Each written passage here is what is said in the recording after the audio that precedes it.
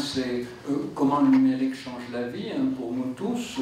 Alors, il faut comprendre que pour une part, c'est une réalité, et puis pour une part, ces changements qui nous sont vendus avec le numérique, c'est du storytelling, c'est une belle histoire, c'est la mythologie du numérique. Mais bon, il y a un petit peu de vrai dans la mythologie du numérique, donc on va voir comment le numérique change positivement notre vie. Ensuite, on va voir les problèmes, c'est-à-dire des problèmes liés à des personnalités particulières, mais aussi liés à des disparités sociales colossales autour du numérique. Et puis ensuite, on verra comment des jeunes, surtout eux, peuvent passer d'un usage problématique du numérique à un état de pré-radicalisation, puis dans une dernière partie, comment ils peuvent passer d'un état de pré-radicalisation à un état de radicalisation. Je tiens beaucoup à cette distinction parce que j'avais été sollicité il y a 3 ans dans le cadre d'un programme de lutte contre la radicalisation. J'avais dit, moi, les jeunes radicalisés, je n'ai aucun moyen pour les aider de quelque façon que ce soit. Je pense dire que personne n'a aucun moyen à ce jour.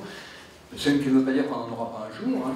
Mais en revanche, je veux bien travailler sur les jeunes en voie de pré-radicalisation. Et donc, je terminerai, pour ceux qui adorent lire les dernières pages des romans policiers avant les premières, je vous le dis tout de suite, je terminerai donc en évoquant le site Pocket Film Empathique que j'ai créé avec Benoît Labourdette, dans lequel justement on travaille avec des éducateurs de rue pour permettre à des jeunes perdus ou en rupture de banc, rupture identitaire, en situation de risque de pré-radicalisation, comment on travaille avec eux, avec leur téléphone mobile, pour qu'ils se réapproprient leur propre vie, se réinscrivent dans une histoire personnelle, une histoire familiale, une histoire sociale. Voilà, le site Pocket Film Empathie, et ça anticipera sur un travail que vous allez mener avec Benoît Labourdette, je crois, dans quelques jours.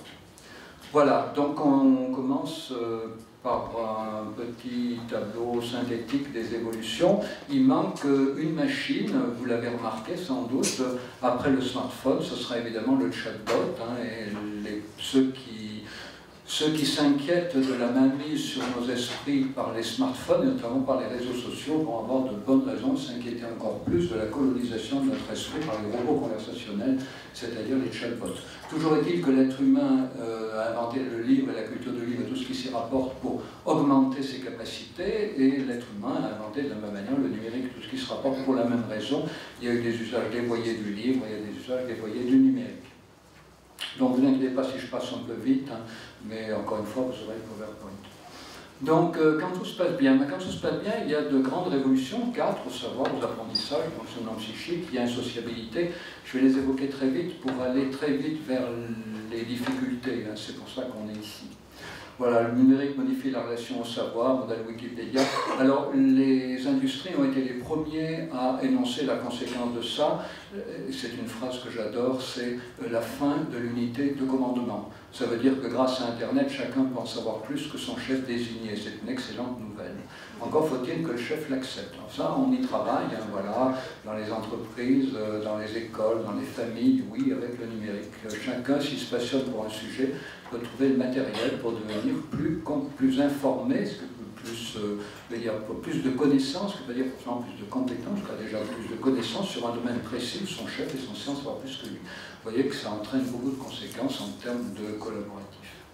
Voilà, le numérique modifie la relation aux apprentissages, alors les images partout évidemment, mais des formes d'attention nouvelles, hein, parfois qui sont vilipendiées. Vous savez que quand on parle d'attention éphémère, concentrée, beaucoup de gens s'inquiètent. Non, c'est une forme d'attention qui a toujours existé chez l'être humain, mais qui n'est pas de support d'apprentissage. On en a une aujourd'hui avec les jeux vidéo notamment. Et donc du coup, vous savez qu'il y a des pédagogues qui sont soucieux d'utiliser tout ce que le numérique apporte, qui font des cours massivement en ligne de 2, 3, 4 minutes. Enfin, pas trop 2, mais 3, 4, 5 minutes. Voilà, et puis des formes nouvelles de mémoire, évidemment. Le numérique modifie la relation à l'identité. Alors, vous avez tous reconnu, je pense, ces images. Voilà, hein, c'est World of Warcraft. Alors, quand je les montre à des parents, là vous êtes plutôt jeunes, mais je les montre à des parents, moyenne d'âge 30-50 ans, je leur montre ça, ils disent tous Fortnite. Alors, j'ai un autre PowerPoint, après je leur montre des images de Clash of Clans, je leur dis qu'est-ce que c'est, ils disent tous Fortnite. Ils ont tous Fortnite là, dès qu'ils voient des images de jeux vidéo, c'est Fortnite, Fortnite, Fortnite. Ah, non, là c'est World of Warcraft. Donc, bouleversement de la relation à l'identité, en ce sens qu'aujourd'hui, il est possible de vivre plusieurs identités en parallèle. Il est possible d'être le dernier de la troupe dans un jeu, d'être le leader charismatique dans un autre jeu, même chose sur les réseaux sociaux. Et donc, l'idée que l'identité aujourd'hui est perçue explicitement comme liée à un environnement social. Elle a toujours été liée à un environnement social. Les sociologues l'ont bien démontré, mais les gens l'ignoraient. Ce qui est nouveau avec le numérique, c'est qu'on n'ignore plus. Donc du coup, on a la possibilité de changer volontairement d'identité, on ne s'en prive pas. Et l'idée aussi que tout au long de la vie, on pourra avoir des identités successives, les cartes seront rebattues. Ça change tout parce que dans l'ancien temps, quand vous demandiez à quelqu'un ce qu'il voulait faire, vous attendiez à ce qu'il vous réponde, un jeune qui voulait faire, vous attendiez à ce qu'il vous réponde, ce qu'il voulait faire toute la vie. Maintenant, s'il vous répond par exemple, j'ai envie d'être enseignant je sais pas, en français, il faut comprendre que peut-être qu'il a envie de faire 5 ou 10 ans.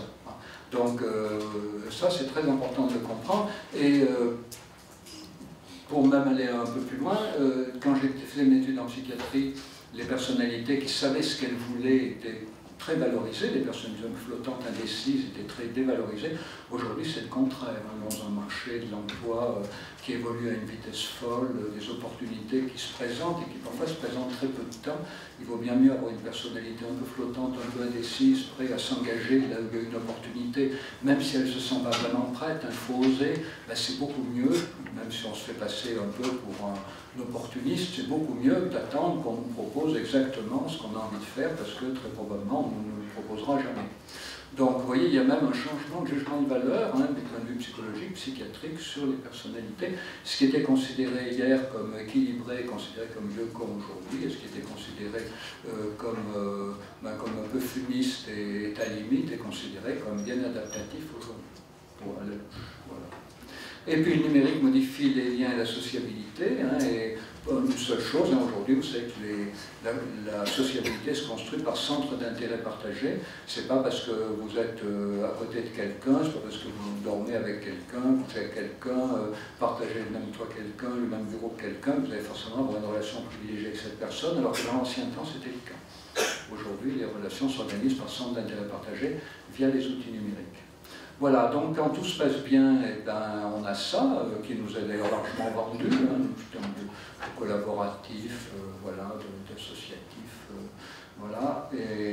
Et donc deux cultures, en tout cas, celle du livre et celle des écrans, je fais plus d'un PowerPoint comme on le suppose. En tout cas, vous avez compris qu'avec le numérique, les choses ont changé. Deux cultures qui ont chacune leurs dangers et leurs avantages.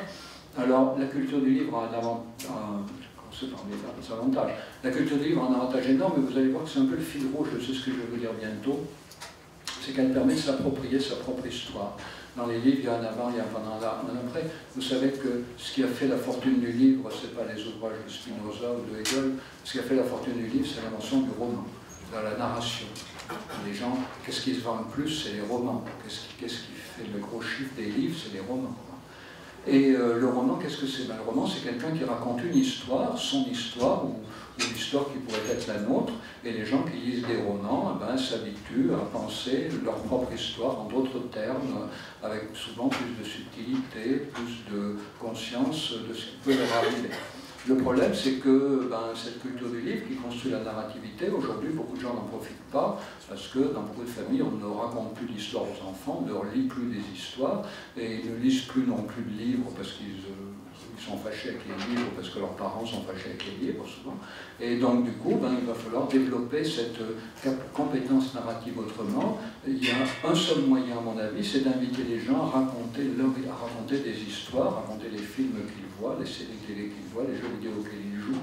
Et c'est vrai que c'est ce qu'on fait d'une certaine façon, un peu différente, mais la logique est la même, se raconter avec le projet Pocket Film Empathie, dont je vous disais quelques mots il y a quelques minutes. Alors les avantages des écrans, faire face à l'imprévisible, et les inconvénients, ils existent aussi. La culture du livre a failli réduire nos apprentissages, nos compétences aux apprentissages par cœur. Les inconvénients de la culture des écrans, elles sont partout dans la presse quotidienne régionale, quasiment tous les jours, et à la télévision le soir, donc c'est pas la peine d'insister. Voilà, alors la conséquence importante, hein, c'est que aujourd'hui, quand on voit un jeune qui est perdu dans les écrans, voilà, il ne faut pas le considérer comme un coupable qui aurait abusé d'écran, mais plus comme une victime, hein, qui est tombée dans la marmite trop petit. Et vous savez qu'aujourd'hui, il y a beaucoup de campagnes pour tenir les enfants éloignés des écrans quand ils sont petits, à un âge où ça peut que perturber leur relation au monde. C'est le but de la campagne 36912 que j'avais lancée en 2008, qui est maintenant largement relayée, 3 ans, 6 ans, 9 ans, 12 ans. Alors maintenant, les inégalités, parce que tout ne se passe pas toujours aussi bien, des inégalités sociales, hein, évidemment, des enfants qui sont moins accompagnés par leurs parents. Vous savez, il y a 3 temps dans l'idée de la rupture numérique. Hein. Il y a eu un temps où on considérait que c'était lié à l'équipement. Les riches ayant un bon équipement, les pauvres ayant un mauvais équipement. On s'est aperçu que ce n'était pas vrai. Aujourd'hui, il suffit de voler un smartphone 4G, on a un 4G. Hein. Et j'avais un ami qui avait fait un atelier photo et il demandait aux enfants d'avoir des bons appareils photo. Ben, le lendemain, ils avaient tous un bon appareil photo, il avait volé quand il y a des hérités. Donc on peut puis aussi le fait que des gens au milieu défavorisés peuvent avoir à cœur que leur enfant ait des outils numériques compétents parce que ça leur donne l'impression que leurs enfants peuvent rattraper leur handicap. Donc on s'est aperçu que la rupture autour du numérique, elle n'était pas entre les riches qui auraient des appareils et les pauvres qui n'en auraient pas. Alors avant, on a pensé qu'elle était liée à l'âge, les seniors et les juniors, avec la connerie des digital natives, là, comme s'il suffisait d'être né en même temps que l'invention de la voiture pour pas avoir besoin de passer son permis de conduire pour conduire correctement.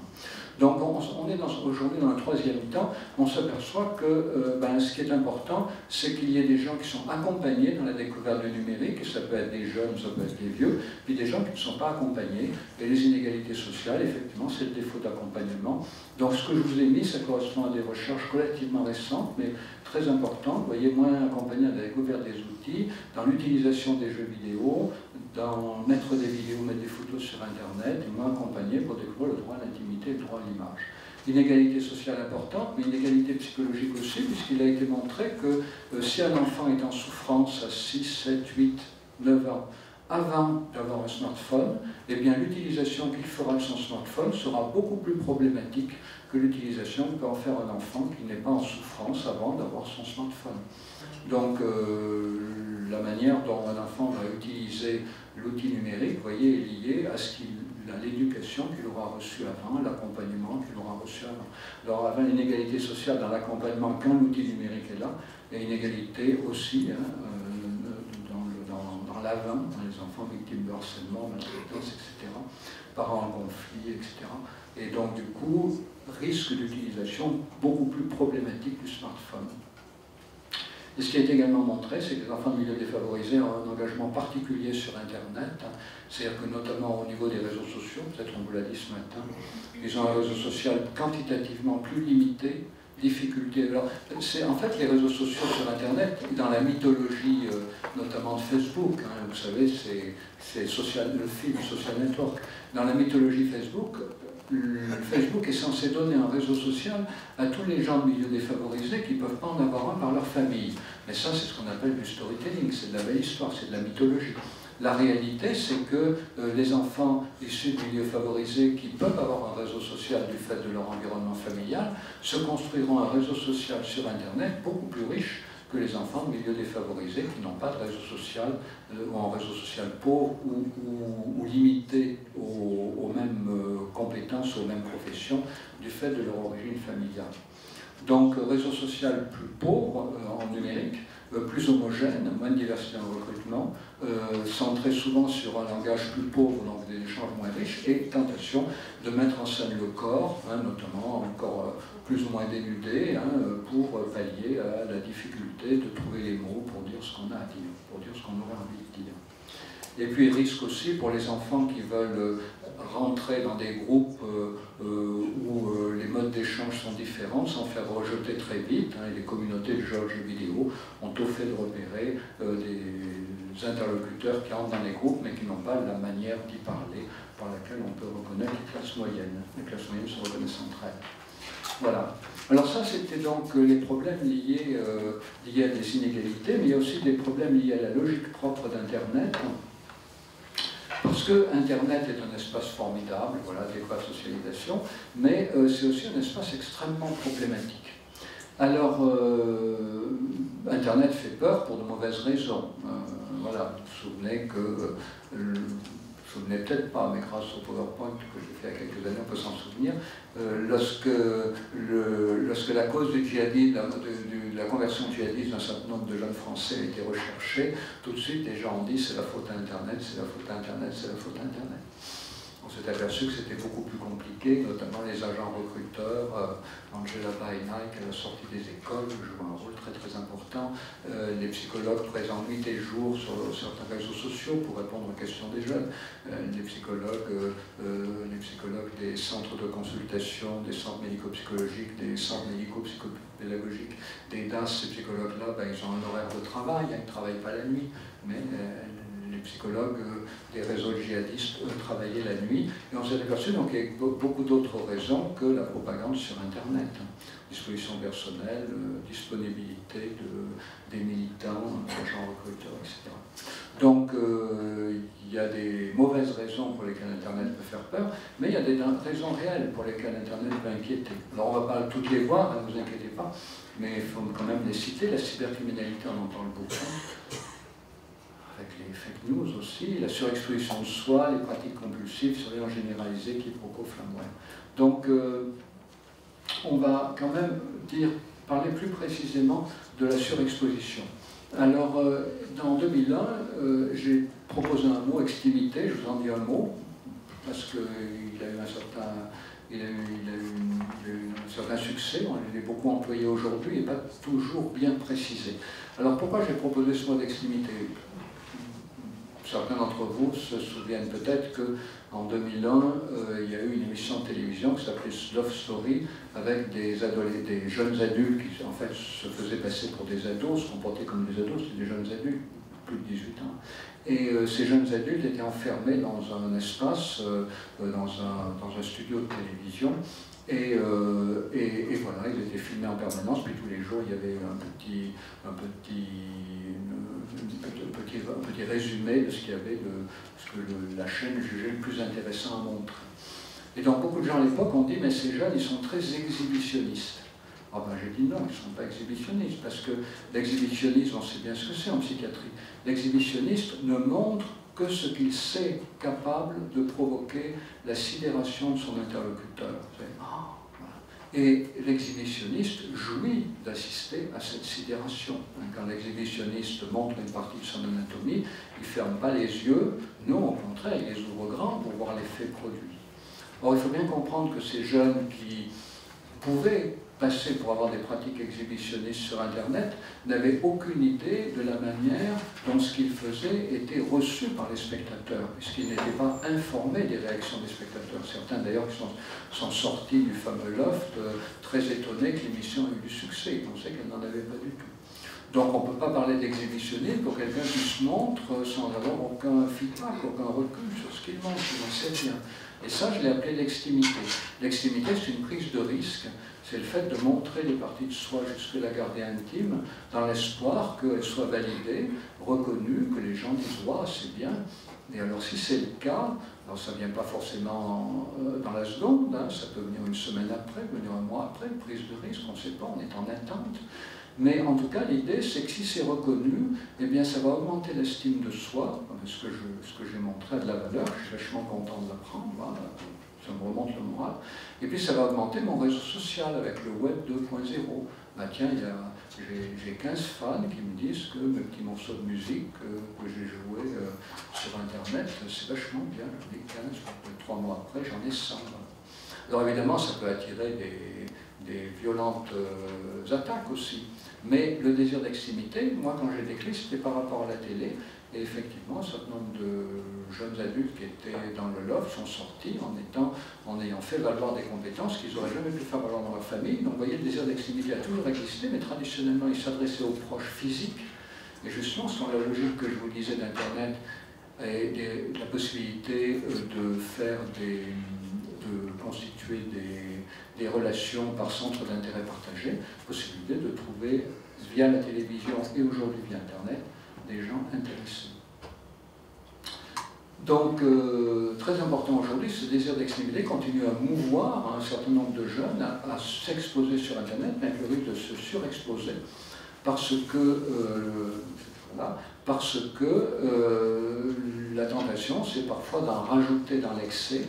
Là, je mets des morceaux de musique, personne ne s'y intéresse, je commence à chanter que j'ai envie de mourir, je vois que les gens s'intéressent, je dis que je me suiciderai ce soir en direct, et alors là, c'est le buzz. Donc voilà, le risque d'aller dans la caricature de soi, dans l'excès, pour essayer d'obtenir un retour toujours plus important. Alors ce qui a été montré là aussi, c'est que les jeunes sont les plus menacés de se surexposer sur Internet, d'aller dans cette direction de fourvoyer des d'extrémité en exhibitionnisme. Ce sont les jeunes qui ne sentent pas trouver de reconnaissance suffisante dans leur vie quotidienne. C'est pour ça que quand je fais des conférences auprès des parents, je leur dis toujours, si vous avez un jeune enfant, si vous voulez qu'il n'aille pas faire une utilisation pathologique des réseaux sociaux quand il sera ado, eh bien, ne perdez aucune occasion de le féliciter. Il fait un gâteau, même s'il est trop cuit, c'est très bien. Il fait un dessin, même si c'est un peu raté, c'est super. Il a 6 sur 10, ben, c'est bien. Voilà. Donc, les pratiques pathologiques, alors, on peut en dire un mot, puisque vous savez que l'addiction aux jeux vidéo a été reconnue par l'Organisation mondiale de la santé en 2018. Et il faut comprendre que pour autant, elle ne menace pas tout le monde. Et il faut toujours prendre en compte dans ces problèmes de pratiques pathologiques, aussi bien sur les réseaux sociaux que dans les jeux vidéo, il faut toujours prendre en compte deux choses. La première chose, c'est l'addictivité, avec 2D, addictivité, c'est le risque que quelqu'un s'accroche à une substance, ou à une conduite, ou à quelque chose, sans pouvoir s'en passer et de manière déraisonnable. Et puis d'autre part, on prend en compte ce qu'on appelle le pouvoir addictogène d'un produit ou d'un réseau ou d'un objet, d'une personne. Et donc, du coup, pourquoi est-ce que l'Organisation mondiale de la santé s'est mise à parler de gaming disorder, d'addiction aux jeux vidéo en 2018? Pourquoi elle n'en a pas parlé en 2017, 2016, 2015, 2014? Les jeux vidéo, ils existent depuis 1980. L'Organisation mondiale de la santé aurait pu dire ça plus tôt. Pourquoi elle ne l'a pas dit plus tôt? Ben, elle ne l'a pas dit plus tôt parce que les jeux vidéo ont complètement changé en 2017-2018. Il a fallu le temps de s'en rendre compte, parce que les fabricants de jeux vidéo ont intégré dans les jeux vidéo, comme Fortnite, mais d'autres, beaucoup d'autres, comme Battlefront Star Wars Battlefront, excusez-moi si c'est pour le mal. Et donc les fabricants de jeux vidéo ont intégré dans un certain nombre de jeux vidéo des stratégies qui sont celles des jeux de hasard et d'argent. Comme les jeux de hasard et d'argent sont réputés addictogènes depuis longtemps, il existe un gambling disorder, une addiction aux jeux de hasard et d'argent depuis déjà une dizaine d'années. Donc à partir du moment où les fabricants de jeux vidéo pour les mineurs, introduisent des stratégies de jeux de hasard et d'argent réservées aux majeurs dans des jeux vidéo, encore une fois réservés aux mineurs, l'OMS met en garde en disant qu'il y a un risque d'addiction. Voilà. C'est pas que l'OMS a mis longtemps pour se réveiller, c'est pas parce qu'il y a eu un retour de panique, une flambée de panique morale, c'est parce que les jeux vidéo ont changé. Risque sur la vie privée, hein, évidemment, pillage de la vie privée, toujours le scandale Cambridge Analytica, dont il faut se souvenir, et puis les risques de quiproquos sur Internet par le fait qu'il n'y a pas la régulation par le visage. Vous avez dû remarquer, je vous parle, je cherche les visages qui font comme ça, parce que ça m'encourage à continuer, j'évite ceux qui s'endorment, ceux qui sont sur leur smartphone, ou ceux qui regardent ailleurs. Donc on a besoin, quand on parle, hein, de trouver quelqu'un qui manifestement nous écoute et accompagne ce qu'on lui dit. Ça nous encourage, et puis ça permet éventuellement de bifurquer en cours de phrase. Hein, voilà, on commence à dire un tel tu connais, et puis on voit l'autre, un grand soir, je le connais, il est bien. Alors on dit, on rabote peut-être un peu, au lieu de dire c'est un vrai con, on dit moi il me pose des problèmes. Voilà, donc c'est comme ça que la communication s'organise en principe, et c'est bien, ça permet d'arrondir les angles au fur et à mesure. Sur Internet, vous savez que c'est pas possible, voilà, j'envoie un texto, j'envoie quelque chose sur Internet, il n'y a pas de régulation, donc ce que je dis est forcément caricatural, ce que je dis risque d'être toujours mal compris, et il y a bien les émoticônes, mais c'est pauvre. À la limite, on en met tout le temps maintenant, ce qui fait que du coup, ils sont complètement démonétisés.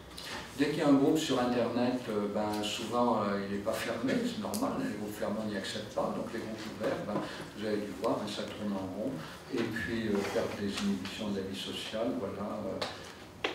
Et puis diverses formes d'angoisse sur Internet, angoisse de ne pas pouvoir se faire comprendre, ça existait, angoisse d'être envahi par tout ce qui s'y trouve, angoisse d'être morcelé dans les propos complètement contradictoires exposés, et angoisse même d'être persécuté parce qu'on ne sait jamais à qui on a affaire, persécution en plus bien réelle, puisque vous savez que le harcèlement y est très présent. On en parle beaucoup en ce moment, puisqu'il paraît qu'il y a un certain nombre de stars, de personnalités qui abandonnent les réseaux sociaux parce qu'ils ont l'impression qu'on leur a fait, on leur y a fait trop de mal. Voilà. Et alors à l'extrême, on aboutit au flamware, hein, voilà, les guerres flamboyantes, hein, voilà, les coups de gueule, les injures, les toiles verbales, etc. Alors, vous voyez, alors, un truc ça qu'on me raconte souvent, alors peut-être on vous le raconte aussi, mais quand j'interviens dans des établissements scolaires, des directeurs qui me disent, voilà, expliquez-nous, ce qui seront les élèves, ils se quittent bons amis le vendredi, et quand ils se retrouvent le lundi, ils se donnent des coups sur la gueule. Alors pourquoi? Expliquez-nous ça, M. Tisseron. Je leur dis, c'est très simple, je leur dis, ça s'explique. Voilà. Donc en fait, qu'est-ce qui se passe? Les élèves se quittent de bons amis le vendredi. Le samedi et le dimanche, pour vous, sont chez eux. Vous savez qu'il y a très peu d'espace de jeu collectif. Hein. Hélas, moi j'ai grandi encore à l'époque, quelques bombes avec des friches, et ça c'était formidable. On pouvait jouer dans cet espace ouvert, terrain d'aventure. Aujourd'hui, il y a très peu d'espace pour jouer, même pour se retrouver pour les tout petits, oui, pour les ados, il n'y a quasiment rien. Donc beaucoup restent chez eux, et du coup, qu'est-ce qu'ils font? Ils communiquent via les réseaux sociaux. Hein, voilà. Et qu'est-ce qu'ils font en communiquant avec les réseaux sociaux? Ils créent des quiproquos, ils se comprennent mal, et du coup les tensions sociales s'aggravent, et du coup il y en a qui sont un peu plus à leur aise avec le langage, hein, qui cisèlent quelques formules assassines, ils sont très heureux d'avoir pu expédier au tapis leur interlocuteur par une formule sans appel. Le problème c'est que la victime de la formule sans appel, qui n'a pas trouvé une formule aussi belle pour répondre, elle prend sa revanche au point le lundi matin. Ce qui est bien compréhensible. Quand les mots manquent, le corps prend le relais. Et du coup, donc des affrontements le lundi matin, et heureusement, il y a mardi, mercredi, jeudi, vendredi, pour que les élèves à nouveau puissent avoir une relation plus détendue, parce qu'ils prennent le temps de se regarder quand ils se parlent. Ceci dit, pas tout le monde, puisque vous avez dû remarquer qu'il y a aujourd'hui un certain nombre de personnes qui semblent beaucoup plus à leur aise pour se parler à deux sans se regarder. Et notamment, moi je voyage beaucoup, je vais des restaurants, des transports en commun, et des fois vous avez 4 classes, et vous avez des gens qui ne s'assoient pas l'un en face de l'autre, ni l'un côté de l'autre, mais en décalé. Et donc ils parlent comme ça en décalé sans se regarder. Chacun parlant au mur ou à la salle qui est devant lui. Et donc c'est quoi? C'est des gens qui ont de la difficulté à pouvoir se parler en face à face et qui ont besoin de ne pas se regarder pour se parler. Et qui sont évidemment beaucoup plus à leur aise sur les réseaux sociaux parce qu'ils n'ont pas l'obligation d'accommoder leurs propos sur le visage de l'autre. Et alors vous allez me dire pourquoi renoncer à ce formidable support d'appréciation de ce que perçoit notre interlocuteur, qu'est le visage de notre interlocuteur? Parce qu'il y a des gens qui semblent avoir perdu aujourd'hui la capacité d'identifier les mimiques. C'est quelque chose qu'un certain nombre d'enseignants ont reconnu. Vous savez, il y a toujours eu des élèves dans des classes qui en attaquent un autre. Alors quand l'enseignant le voit, il va vers l'enfant qui a attaqué. Et pourquoi tu as fait ça? Bon, des fois l'enfant dit, c'est lui qui a commencé. Puis c'est vrai, il y en a d'autres qui disent, oui c'est vrai. Bon. Et puis des fois, il y a des élèves qui en attaquent un autre, que quand l'enseignant dit, mais pourquoi tu l'as attaqué? L'élève répond, c'est lui qui allait m'attaquer. Là, l'enseignant qui peut avoir assisté à la scène peut dire, mais non, pas du tout, il était en train de penser à ses affaires, il n'a jamais pensé t'attaquer.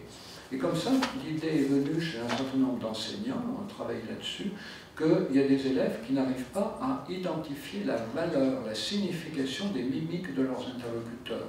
Mon interlocuteur est inquiet, mais moi je le vois angoissé, je le vois agressif. Mon interlocuteur est triste, moi je le vois agressif. Donc si je le vois agressif, je peux m'enfuir. Bon, c'est plutôt rare. Plus fréquent, je vais l'attaquer.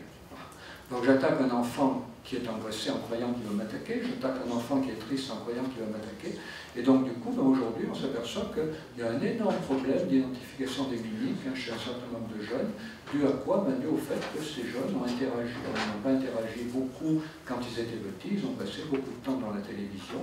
Beaucoup de temps dans la télévision, ça veut dire pas apprendre à identifier les mimiques, ça veut dire, quand on grandit, préférer interagir par SMS, par texto, sans regarder les interlocuteurs, plutôt que regarder les interlocuteurs dont on ne sait jamais quoi penser quand on voit leur visage.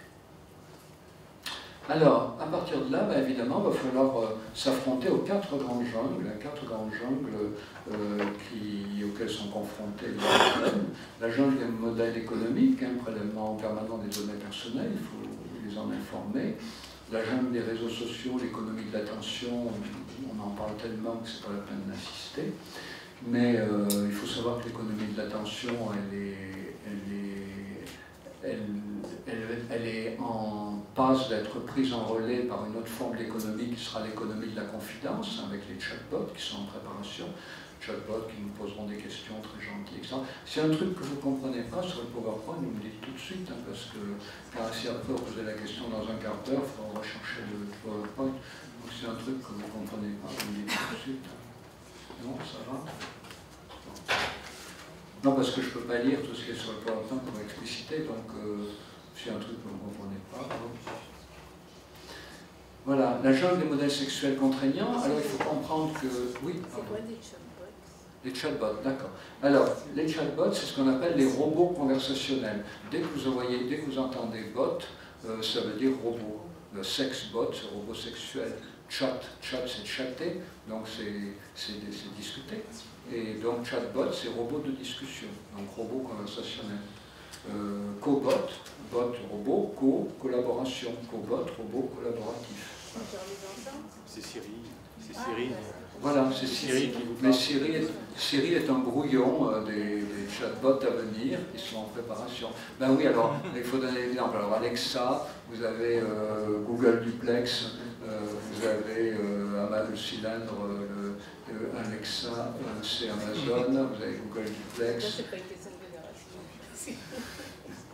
Alors, sachez que ça se retrouve sous l'étiquette chatbot. Voilà. Mais encore une fois, bot, il y a l'esprit, chaque fois que vous entendez bot, c'est un robot, et vous voyez ce qu'il y a dedans. Voilà. Alors, actuellement, c'est cobot, chatbot, sexbot, mais probablement il y en aura d'autres bientôt. Il y a la famille des bots. Et au début, les bots, on ne les appelait pas des chatbots. Les robots conversationnels, on les appelait simplement des bots. Et maintenant, on les appelle des chatbots, parce qu'au début, il n'y avait pas de sexbot, il n'y avait pas de cobot, on disait simplement des bots. Maintenant, on met devant un préfixe pour indiquer quel est le domaine concerné par le bot. Donc les sexbots ne font pas que parler, ils pourront faire beaucoup d'autres choses, les cobots aussi, c'est des robots physiques. Mais le propre du chatbot, c'est un robot c'est pas un robot matérialisé avec un corps, c'est simplement un robot matérialisé avec une image et une voix. Soit l'image d'une femme, d'un homme ou d'un monstre sur votre téléphone mobile, et vous causez avec cette chose et elle vous répond. Selon bien sûr des phrases préprogrammées par des armées de programmeurs qui sont en train de fabriquer les chatbots de demain. Vous savez, des systèmes d'embranchement très compliqués. Pas d'autres questions? Alors, la jungle des modèles sexuels, je vous disais. Alors, souvent, quand on pense à la jungle des modèles sexuels, on pense à la pornographie. Il faut bien comprendre que la pornographie, c'est la partie visible de l'iceberg. C'est-à-dire que tout le cinéma américain et une bonne partie du cinéma international, et donc français, est rempli de modèles sexuels sexistes. Mais rempli, plus que rempli. Alors c'est dire intéressant de revoir aujourd'hui des vieux films qu'on a vus en étant enchantés il y a 10 ou 15 ans et les voir avec notre regard d'aujourd'hui. Vous savez que le Star Wars a été dénoncé en effet dans ce sens-là.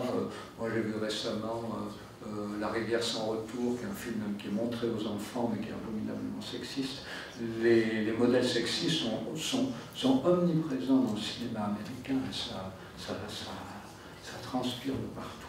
Donc voilà, donc si on s'y intéresse, il ne faut pas penser que c'est la pornographie qui est le problème principal de la pornographie, c'est le problème le plus visible. Voilà, jungle d'information, alors même chose, quand on pense à la jungle d'information, on pense aux fake news. Alors c'est vrai, elles existent, mais le problème c'est, avant même les fake news, c'est l'information en continu. L'information continue, ben, c'est les réseaux sociaux. C'est-à-dire que vous voyez quoi? Vous voyez des images qui sont prises à chaud dans les catastrophes, dans les drames, dans les rixes, dans les tremblements de terre, dans les actes de terrorisme, dans les guerres. Vous voyez des images qui sont prises par des gens avec leur téléphone mobile et qui sont balancées tout de suite. Donc ce sont évidemment des images qui sont émotionnellement très, très prenantes, hein, parce que c'est palpitant de vie, hein, voilà. Et puis en même temps, c'est des images qui ne sont absolument pas contextualisées, parce que les gens qui les prennent, ben, ils les prennent là où ils sont, ils n'ont aucun recul sur la situation. Tout ce qu'ils peuvent dire, c'est leur peur, leur angoisse, le fait qu'ils ne savent pas si à 100 mètres c'est comme là où ils sont, si c'est différent, voilà.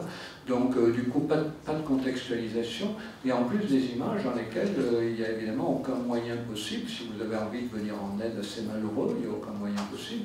Et si ces malheureux vous décrivent des situations qui vous menacent vous-même, hein, par exemple une inondation à 200 km de chez vous, ben, vous vous dites va peut-être arriver chez moi, ben, ils ne sont pas là pour vous donner des conseils, hein, ils sont là pour vous dire leur inquiétude et pour vous la communiquer.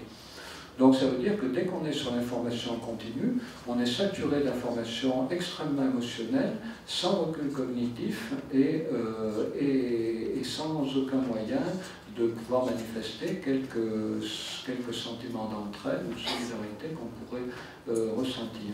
Donc c'est très déstabilisant, et certaines personnes d'ailleurs parlent de fatigue, d'impuissance, hein, voilà. Et donc les fake news, alors les fake news évidemment elles arrivent par en dessus, elles arrivent en plus, voilà. Mais encore une fois, les fake news c'est un cas particulier des problèmes de l'information continue. Si vous voulez être en paix avec l'information, ben, prenez-la quand les journalistes professionnels l'ont mouliné, ou les journalistes non professionnels, peu importe, sur le lendemain. Parce que les journalistes sont comme nous, quand l'information leur arrive, ils n'y comprennent rien. On l'a bien vu le 11 septembre 2001, les journalistes qui assistaient à l'effondrement des Twin Towers, ils n'avaient rien à en dire, si ce n'est c'est affreux, c'est affreux. Ils n'avaient pas eu le temps de faire leur boulot. Ils ont pu commencer à parler des choses avec un peu de recul, seulement 24 heures plus tard, c'est humain. Donc c'est pas propre à une profession, c'est simplement une profession qui travaille pour prendre ce recul pendant la nuit, pendant que vous dormez, pour au petit matin, vous donner une information plus distanciée. Les théories du complot, évidemment, hein, qui précèdent très souvent la pré-radicalisation. Donc on va voir la pré-radicalisation. Alors un ensemble de facteurs, hein, évidemment, qui vont se conjuguer. Alors la crise identitaire des adolescents, les adolescents ont toujours été en crise identitaire. Vous savez, l'adolescent, il passe de l'enfance à l'âge adulte. L'enfance, il sait ce que c'était plutôt confortable en règle générale. Hein. Et puis il avait appris à gérer ses émotions d'enfant.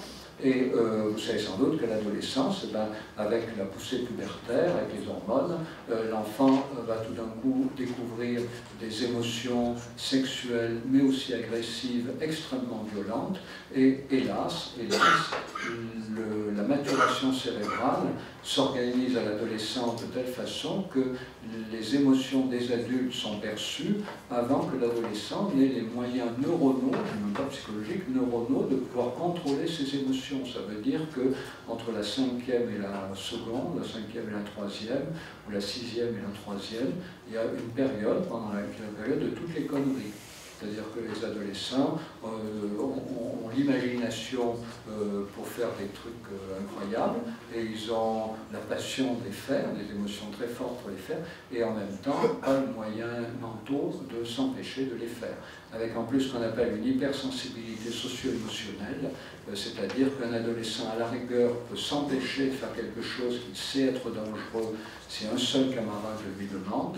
Mais si ce camarade qui lui demande de faire une connerie, par exemple de monter à main nue les 3 façades, les 3 étages d'un immeuble devant lui, si ce camarade lui dit j'ai réuni tout ton réseau social en leur disant que tu allais le faire, et ils sont tous là en train de te regarder, j'ai mis ma webcam, ils sont tous rassemblés, ben, l'adolescent risque de le faire. L'adolescent qui ne le ferait pas à la demande d'un camarade peut le faire à la demande de son réseau social.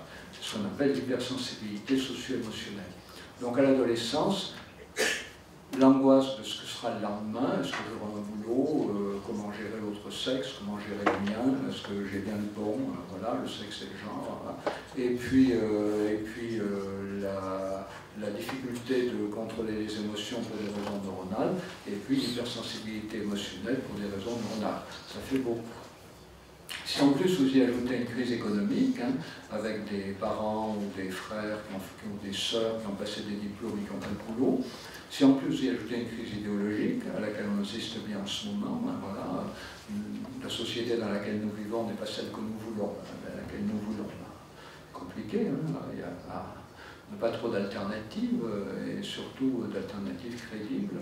Et puis des offres extrémistes hein, qui prétendent tout expliquer, puisque c'est le propre de l'extrémisme de tout expliquer.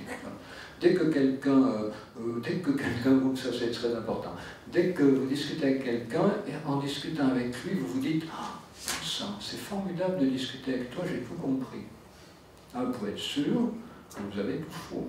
Vous avez affaire à un paranoïaque extrémiste. Seuls les paranoïaques extrémistes vous donneront le sentiment qu'ils vous permettent de tout comprendre. Enfin, méfiez-vous de ça comme de la peste. Comme de la peste.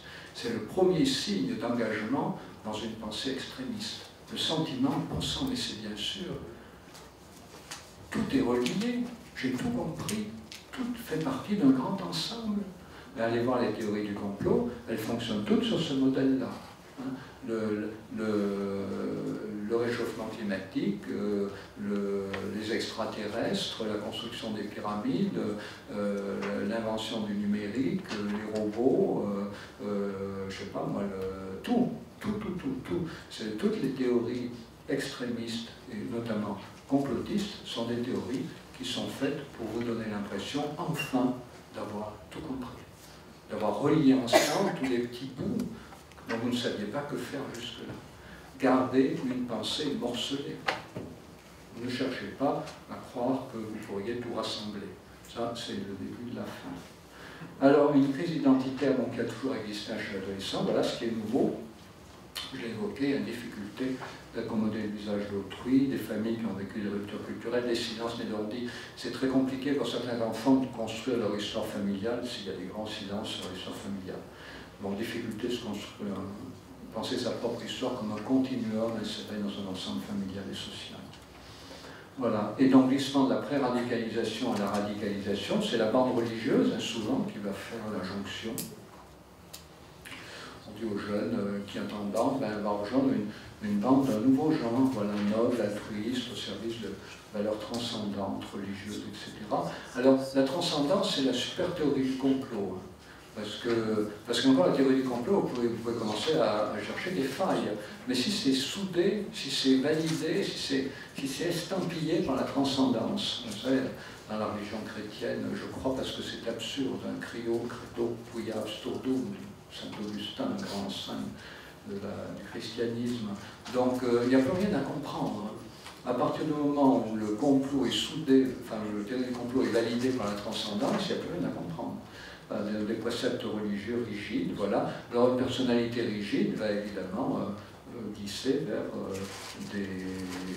adhérer à des préceptes religieux rigides, d'une manière d'ailleurs qui peut être perçue comme très protectrice. Hein. Des gens qui se sentent en risque de déborder à tout moment, de ne pas pouvoir se contrôler, vont au contraire parfois réagir par un hyper-contrôle, par un surcontrôle. Hein. De peur de me livrer à des choses non contrôlées, en me laissant un peu aller de temps en temps, je ne me laisserai jamais aller. Mais je dois tout hyper contrôler. Personnalité rigide, défensive, au service de causes rigides, voilà, notamment religieuses. Et puis, la radicalisation comme fin de la quête identitaire, l'adhésion à des normes, c'est-à-dire je n'ai plus à chercher qui je suis, quelqu'un me le dit. Je n'ai plus à chercher qu'est-ce que j'ai à faire, quelqu'un me le dit. Je n'ai plus à chercher quel est le sens du monde, quelqu'un me le dit. Ah, c'est facile, hein? Enfin c'est facile. Bon, disons, mentalement, ça peut paraître comme confortable dans certaines personnalités. Voilà. Alors, quelle prévention? On va terminer là-dessus. Ben, l'école, évidemment. Alors, il y a beaucoup à faire à l'école qu'elle ne fait pas aujourd'hui. Hein. Alors, apprendre l'Internet, ben, pour beaucoup de raisons. La communication a changé, les modèles économiques. Mais apprendre aussi à comprendre comment fonctionne notre cerveau face à Internet. C'est ce que je vous ai dit. C'est-à-dire, face à Internet, on n'a plus le même cerveau, on ne fonctionne plus de la même manière. Il n'y a pas le repère, retenez simplement, il n'y a pas le repère de la mimogestualité, les mimiques et les gestes, et ça manque cruellement Donc avec l'Académie des sciences, en 2013, on a fait un petit livret, alors ça c'est pour les enseignants, qui s'appelle Le cerveau, les écrans et l'enfant, pour organiser dans les classes des activités explicatives sur comment fonctionne le cerveau sans Internet et avec Internet pour éviter les pièges d'Internet. L'école suit. Donc, développer l'oralité, ça veut dire quoi? Ça veut dire que, comme je l'évoquais tout à l'heure, c'est très important, il y a deux façons de construire, les deux façons de s'inscrire dans une histoire. Parce que, vous comprenez, quand on explique à des enfants les origines de la République, les origines de la laïcité, ils n'en ont rien à foutre. S'ils ne connaissent pas leurs propres origines, s'ils ne connaissent pas leur parcours familial, comment voulez-vous qu'ils s'intéressent aux origines de la République? Ça n'a pas de sens. C'est absurde. La première chose qu'il faut faire, c'est permettre à des jeunes de se percevoir dans leur histoire subjective, dans leur histoire familiale, et au mieux, au moins, d'avoir quelques repères dans leur histoire sociale. À partir de là, on pourra leur expliquer la grande histoire sociale du pays dans lequel nous sommes. Bon. Mais tant qu'ils ne sont pas inscrits dans leur histoire personnelle et subjective, ça n'a pas de sens. Donc, il y a deux façons de construire la narrativité, la capacité de s'inscrire dans une histoire. La première, c'est les enfants qui ont eu de la chance pendant des siècles, et peut-être des millénaires, qu'on leur raconte des histoires, qu'on leur lise des histoires. Bon, mais alors si l'enfant n'a pas eu cette chance, qu'est-ce qui reste? Lui dire de lire, ça ne marchera pas. Alors qu'est-ce qu'on va faire? Je vous l'ai évoqué tout à l'heure, on va lui demander de raconter. Susciter des débats, susciter des controverses. Moi, dans toutes les interventions auprès des enseignants, je leur dis d'organiser des débats autour de Game of Thrones, autour des Américains, autour des grandes séries télé, autour de Netflix, enfin des séries de Netflix, autour de Black Mirror. Voilà. Donc, susciter des débats, des controverses, et inviter les jeunes à être capables de construire une narration avec un avant, un pendant, un après. Et c'est pas facile, mais l'intérêt des images qu'ils voient, c'est que ça leur donne envie de raconter, parce qu'ils ont été très bouleversés par ce qu'ils ont vu, et donc du coup on arrive comme ça à construire un début de narrativité. Favoriser le développement d'empathie, alors l'éducation artistique et culturelle, donc voilà, comme je dis toujours là aussi à l'éducation nationale, au gouvernement, ne développe pas l'éducation morale, il y a déjà beaucoup de grands psychorigides, on ne va pas fabriquer des petits psychorigides. Bien mieux vaut développer l'éducation artistique et culturelle, qui développe l'éveil d'autres formes de pensée, d'expression. Voilà, donc on passe vite pour arriver à la fin. Et alors les éducateurs de rue, on a travaillé avec eux, projet Pocket Film Empathie, comme je vous le disais, c'est-à-dire utiliser son téléphone mobile pour se réapproprier sa vie subjective, et à partir de là, un petit peu de sa vie familiale, un petit peu de sa vie sociale, se rendre sensible au point de vue de l'autre. Voilà, merci de votre attention.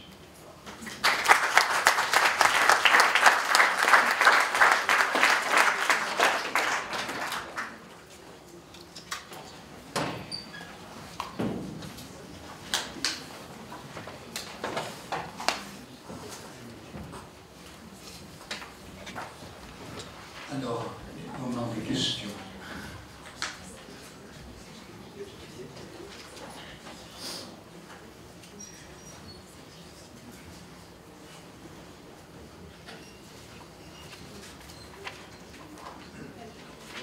Alors, ce n'est pas forcément des questions, parce que les questions c'est mal formulé, c'est le moment des controverses. Voilà, donc si vous n'êtes pas d'accord, si vous avez un autre point de vue, moi je serais enchanté que vous me donniez. Oui.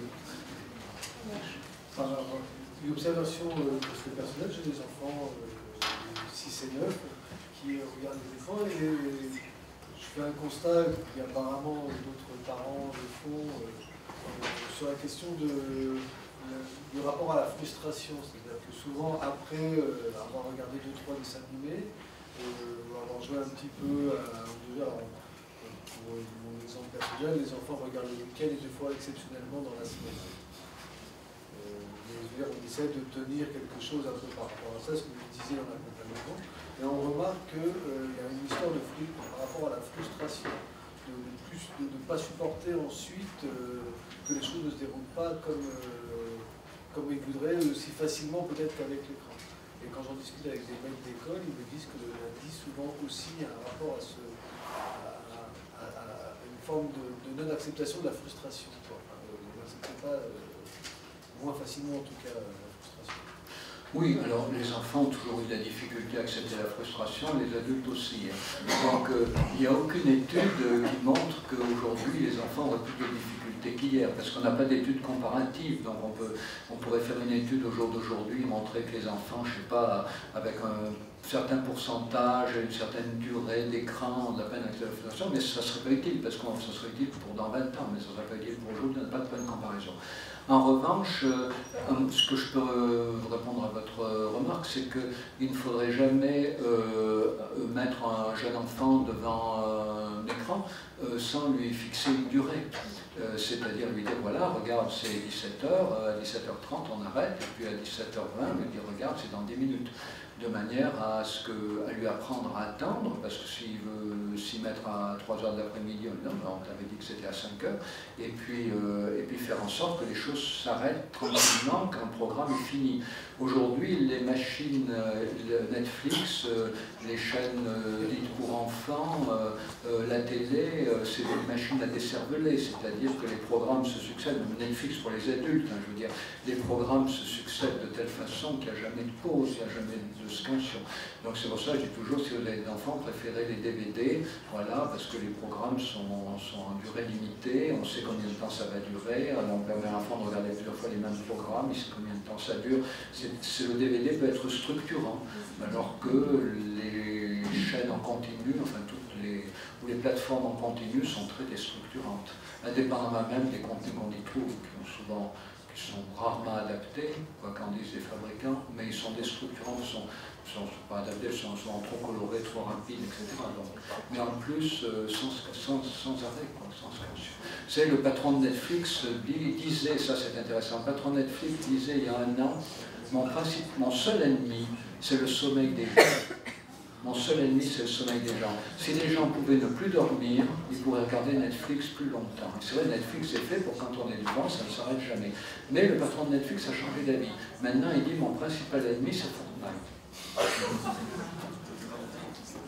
Et c'est vrai qu'il y aura un avant Fortnite et un après Fortnite.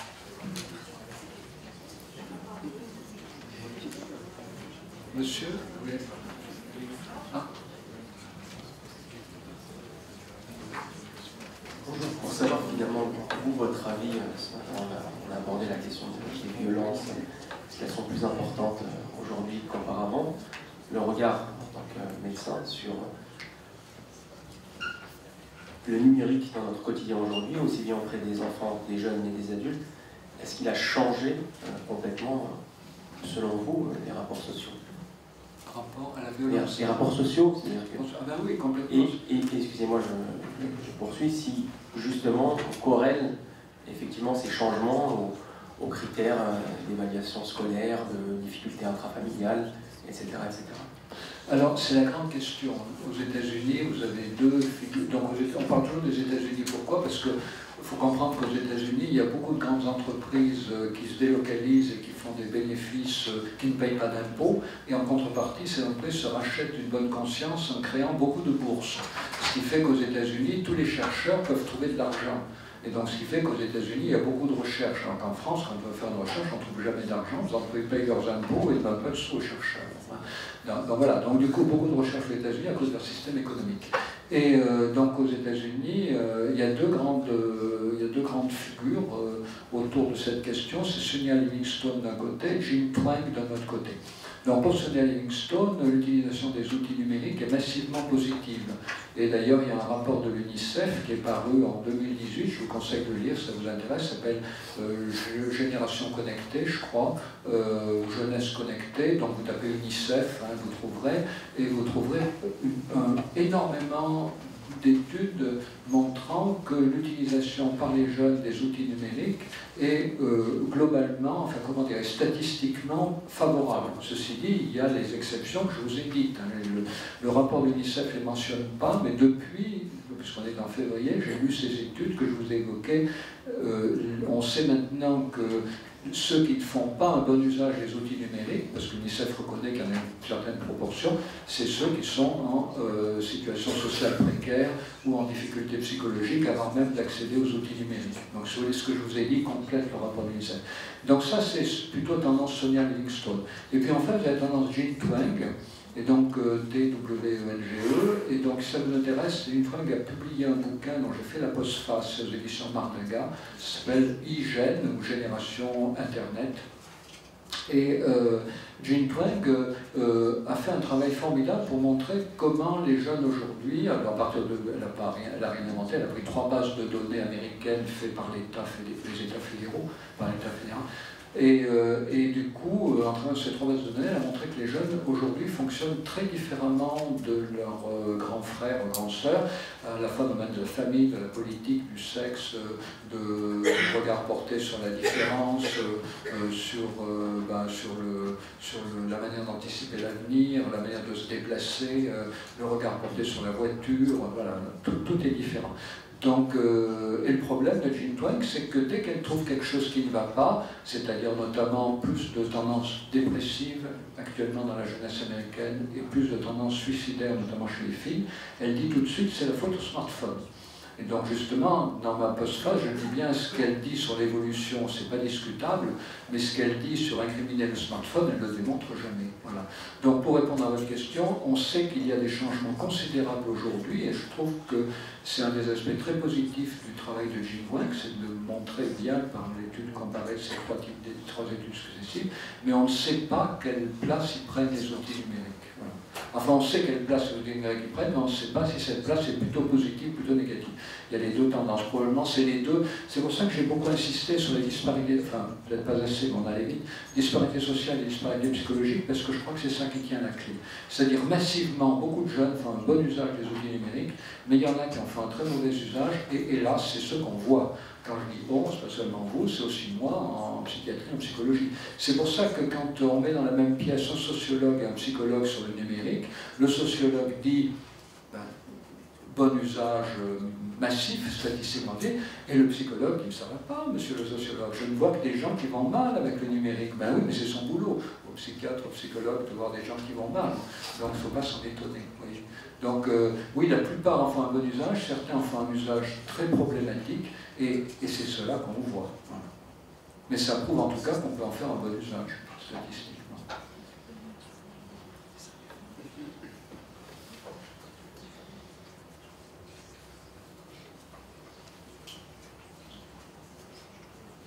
D'autres questions? Moi j'ai une petite question. Qu'est-ce qui se joue d'un point de vue psychologique justement chez les jeunes, chez les ados notamment, sur l'usage du numérique et des réseaux sociaux? On a le sentiment, en tant que parents ou éducateurs, qu'il y a des phénomènes d'addiction très forts en fait. Alors est-ce que c'est lié, c'est plus simple en fait de dire à un jeune d'arrêter de jouer au football que d'arrêter de jouer à Fortnite. Et on sent cette frustration qui était évoquée tout à l'heure, parfois cette violence même, l'arrêt peut provoquer une forme de violence. Qu'est-ce qui explique cette addiction? Est-ce qu'elle est liée au côté ludique, à l'écran lui-même, à la construction du jeu? Comment ça se joue en fait chez l'adolescent pour faire que pendant 4, 5, 6 heures, on puisse être autant accroché en fait à un jeu vidéo?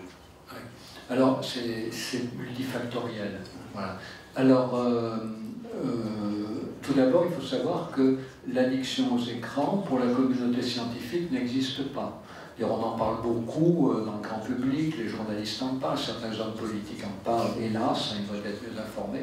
L'addiction aux écrans n'existe pas. Il existe, encore une fois, depuis 2018, un gaming disorder, une addiction aux jeux vidéo. S'il existait une addiction aux écrans, on en aurait parlé depuis longtemps avec la télévision. On n'a jamais parlé d'addiction aux écrans avec la télévision, bien que certaines personnes aient passé une partie de leur vie dans la télévision. Ça, on le sait. On n'a jamais parlé d'addiction à la télé. Pas d'addiction aux écrans, mais un gaming disorder. Lié au fait, aujourd'hui, donc ça je vous dis pourquoi on parle de gaming disorder maintenant, c'est parce que les fabricants de jeux vidéo ont toujours, et les fabricants de réseaux sociaux, ont travaillé explicitement sur les moyens de retenir leurs usagers. Et c'est notamment le cas aujourd'hui par l'introduction de stratégies liées au jeu de hasard et d'argent. Alors, je vais vous donner peut-être quelques exemples. Aujourd'hui, vous savez que tous les jeux vidéo sont free-to-play. Ça veut dire qu'on commence à jouer sans payer. C'est le modèle alternatif. Dans l'ancien temps, on achetait son jeu, 40 €, 60 €, c'était des galettes, on les mettait, on jouait d'abord tout seul, et puis après on a inventé le réseau. Et puis maintenant, troisième époque, le jeu est free-to-play, on va sur Internet, bientôt en streaming, on jouera d'ailleurs à des jeux très compliqués en free-to-play sur Internet. Et donc, quel est le modèle économique du free-to-play? C'est le fait que très vite, on vous invite à mettre un peu d'argent pour aller plus vite. Voilà, vous êtes en free-to-play, vous allez dans un jeu pirate, vous avez un bateau, il est constamment coulé par l'ennemi, on vous propose d'acheter 10 canons pour 2 €. Bon, 2 €, c'est pas trop. Mais il a été montré que dès que vous mettez un peu d'argent, parce que Fortnite et d'autres jeux vidéo, des éditeurs de jeux vidéo ont maintenant embauché des psychologues et des spécialistes en neurosciences pour introduire dans les jeux vidéo de manière volontaire et explicite des manières de retenir les joueurs. Et donc, il y a toute une étude qui a été faite qui montre que quand les gens mettent 2 €, 4 €, 6 €, ils ont beaucoup plus de difficultés à abandonner le jeu que s'ils n'ont rien mis. Donc à la limite, on s'arrange pour qu'ils mettent 2 €, et on sait qu'ils auront plus de difficultés à quitter le jeu. Et qu'ils seront plus tentés d'en mettre encore 2, encore 2, encore 2, que s'ils n'avaient jamais franchi la première étape, qui était de mettre les 2 premiers euros. Donc c'est un des moyens qui a été mis au point par les spécialistes du fonctionnement mental pour retenir les joueurs. Et donc du coup, ces procédés aujourd'hui, il y en a 6 ou 7, de procédés de rétention. Les éditeurs de jeux ne disent pas pour rendre addict, ils disent pour retenir les joueurs. Il y en a 6 ou 7 aujourd'hui, ils fonctionnent. Fortnite est celui dans lequel il fonctionne le mieux. Fortnite a fait le jeu qui a été le plus travaillé pour retenir les joueurs, et c'est une grande réussite de ce point de vue-là. Il faut reconnaître que les psys ont bien travaillé à Fortnite. Voilà. Et donc du coup, le fait d'être retenu, c'est normal. Donc c'est pour ça qu'il faut informer les gens. Donc on est en train de batailler pour faire en sorte que les éditeurs de jeux informent beaucoup mieux les joueurs, les parents, les familles de joueurs, parce que beaucoup de parents qui ont joué aux jeux vidéo à l'époque des galettes n'ont pas encore compris que les jeux vidéo d'aujourd'hui, c'est pas ceux d'hier. Et alors, petit corollaire, les professionnels, pas des écoles, mais aussi les travailleurs sociaux, les éducateurs, éducatrices, est-ce que nous devons aussi apprendre, ce que vous évoquez, apprendre à jouer, apprendre à connaître les jeux, apprendre à... alors apprendre ces mécanismes addictologiques. Oui, alors prendre 3 minutes pour regarder. C'est des jeux free-to-play, on peut tous les regarder sur Internet. Regarder 3 minutes Fortnite, regarder 3 minutes les bandes annonces des jeux qui restent payants, comme Assassin's Creed d'origine, mais y jouer, c'est pas nécessaire. Mais en tout cas, avoir une idée quand même du paysage dans lequel ça se joue, de l'époque dans laquelle ça se joue, des armes qui sont employées, mais ça prend 3-4 minutes, pour pouvoir en parler, parce que sinon, si on ouvre les hurons dès qu'un jeune évoque un jeu, c'est quand même embêtant. Du coup, il a l'impression que l'adulte, dans le meilleur des cas, se désintéresse, dans le pire des cas, méprise cette activité. Or, vous savez, quand on a l'impression que quelqu'un méprise nos activités, on glisse vite vers l'idée qu'il nous méprise nous-mêmes, et si on pense qu'il nous méprise nous-mêmes, la relation est mal partie, quoi. Oui, donc savoir à quoi ils ressemblent, les identifier, pouvoir en parler, que va dire forcément y jouer en regardant jouer quelqu'un par-dessus son épaule, ça suffit bien, voilà. Et puis connaître en effet toutes ces nouvelles stratégies qui sont utilisées, mais on commence à trouver un peu sur Internet, mais on travaille pour qu'il y ait des sites qui les expliquent de manière à pouvoir mettre en garde les jeunes. Oui, il faut les mettre en garde. Cela étant, sur Portail, par exemple, ou d'autres jeux, il y a des chats aussi qui existent, où on sait que les jeunes échangent entre eux et construisent aussi parfois des rapports identitaires ou des enjeux entre les territoires dans les chats des jeux vidéo.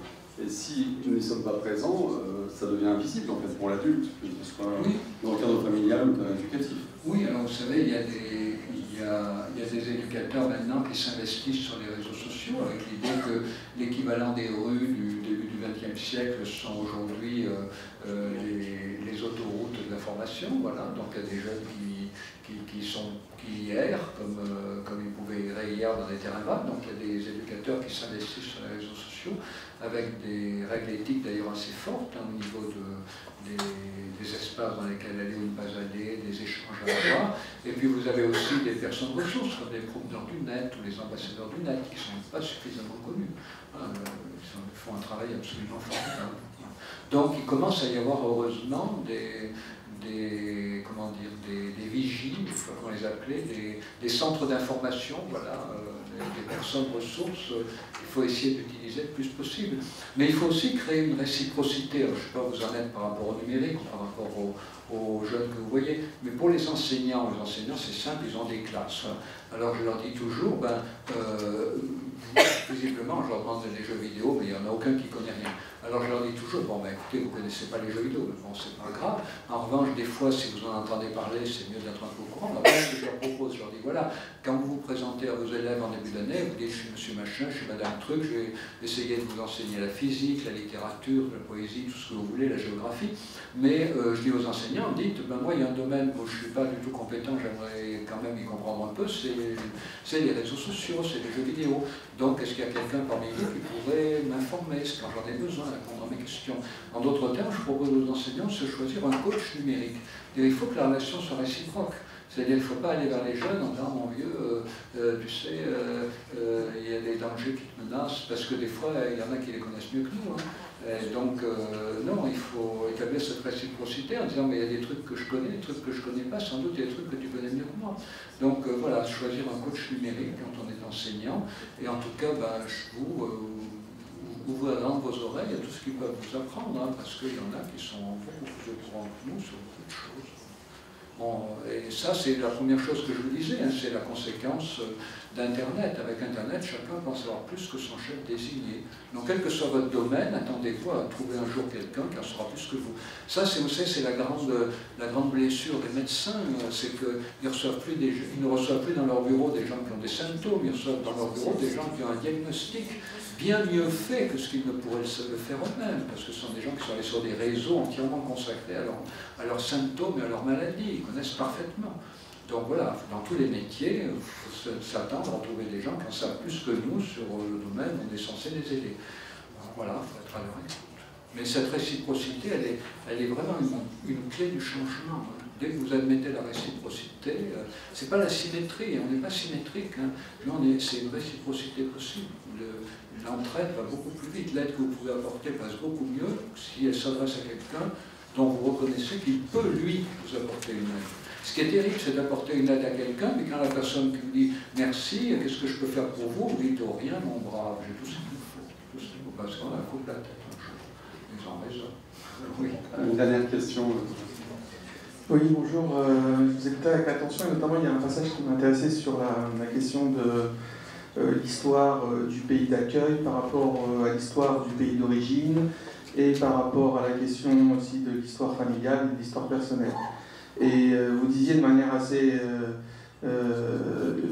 abrupte. Oui, pas dans un seul sens, qu'il y avait un ordre très clair qu'on devait respecter, qui était de partir de l'histoire personnelle et familiale et de celle du pays d'origine avant de parler de celle du pays d'accueil. Et ça m'a envoyé en fait à des débats que j'ai pu avoir avec des travailleurs sociaux, notamment des éducateurs, qui est le débat en gros de est-ce qu'on va sur la question de l'approche historique sur par exemple la visite d'un musée qui retrace l'histoire de l'esclavage, ou est-ce qu'on va sur un musée qui raconte autre chose, est-ce qu'on ouvre vers autre chose ou est-ce qu'on revient, et je trouve que c'est une question qu'on ne peut pas trancher en fait de manière aussi claire, et notamment quand le passé, que ce soit un passé familial par exemple, devient ou est toxique et enfonce en fait en quelque sorte dans une sorte de régression, de dépression permanente. Est-ce qu'à un moment donné on ne peut pas se couper aussi de certaines identités pour aller vers d'autres identités d'adoption? Oui, mais vous avez raison. J'ai dit ça parce que je suis psy, donc j'ai suivi ma pente. Mais vous avez raison. Mais je pense qu'il est quand même très important d'abord d'inscrire sa propre histoire dans la temporalité. Hier j'ai fait ça, aujourd'hui je fais ça, demain je ferai autre chose. pouvoir penser son passé et penser un peu son avenir, au moins dans la fin de journée, au moins dans les heures qui viennent, dans le lendemain. Je pense que s'il n'y a pas déjà... Alors quand je dis penser sa propre histoire, c'est pas forcément dans toute la chronologie, hein, mais c'est la pensée dans une succession d'instants. Chaque instant n'est semblable à aucun autre et ce que j'ai fait hier organise d'une certaine façon ce que je ferai demain. C'est ce que je veux dire, se percevoir dans une continuité. Pas se percevoir dans une succession d'instants sans rapport, mais se percevoir dans une succession d'instants qui ont un rapport les uns avec les autres. Or ça, c'est quelque chose qui s'apprend dans le fait qu'on comprenne qu'il y a des enchaînements. Et si d'ailleurs des enfants sont incapables de bien comprendre les relations de cause à effet, c'est aussi peut-être des fois parce qu'ils n'arrivent pas à se situer dans une causalité personnelle. Donc vous avez raison, des fois il y a des histoires familiales tellement compliquées que c'est mieux de passer par l'histoire sociale directement. Bon, ça en plus j'ai bien connu l'histoire de secret de famille, beaucoup de jeunes grandis dans des familles où il y avait eu des massacres et ne pouvant aborder les massacres vécus par leurs parents que par le biais de l'histoire sociale. Et après revenir à leurs parents en disant j'ai lu tel livre, vous étiez à tel endroit, à tel moment, à telle année, justement j'ai vu que, et vous, etc. Donc vous avez tout à fait raison. Mais il y a quand même au début la nécessité de créer cette dynamique au moins à minima.